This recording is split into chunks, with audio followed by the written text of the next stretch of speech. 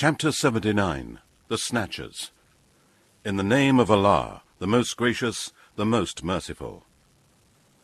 By those angels who snatch out the souls of the disbelievers with great violence, by those angels who gently take out the souls of the believers, and by those that glide along, and by those that press forward as in a race, and by those angels that arrange to do the commands of their Lord. On the day when the trumpet is blown, the earth and the mountains will shake violently. The second blowing of the trumpet follows it. Some hearts on that day will shake with fear and anxiety, their eyes cast down. They say, "Shall we indeed be returned to our former state of life, even after we are crumbled bones?" They will say, in that case, it would be a return with loss. But surely it will be but a single cry, when, behold, they will find themselves on the earth alive after their death. Has there come to you the story of Moses, when his Lord called him in the sacred valley of Tuwa?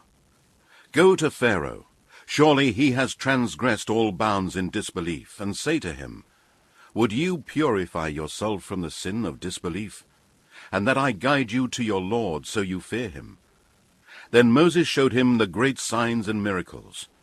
But Pharaoh denied him and disobeyed. Then he turned his back, striving hard against Allah. And he gathered his people and cried aloud, saying, "I am your Lord most high." So Allah seized him with punishment for his last and first transgression. Surely in this is an instructive admonition for whoever fears Allah. Are you more difficult to create, or are the heavens that he constructed? He raised their heights, and he has ordered them equally. Its night he covers with darkness, and its forenoon he brings out with light. And after that he spread out the earth, and brought forth its water and its pasture. And the mountains he has fixed firmly, to be a provision and benefit for you and your cattle.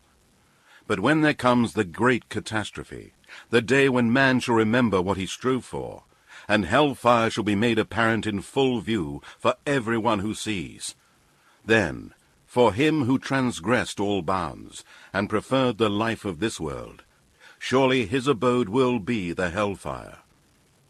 But as for him who feared standing before his Lord, and restrained himself from impure evil desires and lusts, surely paradise will be his abode. They ask you, O Muhammad, about the hour. When will be its appointed time? You have no knowledge to say anything about it. To your Lord belongs the knowledge of its term. You, O Muhammad, are only a warner for those who fear it. The day they see it, it will be as if they had not tarried long in this world, except an afternoon or a morning.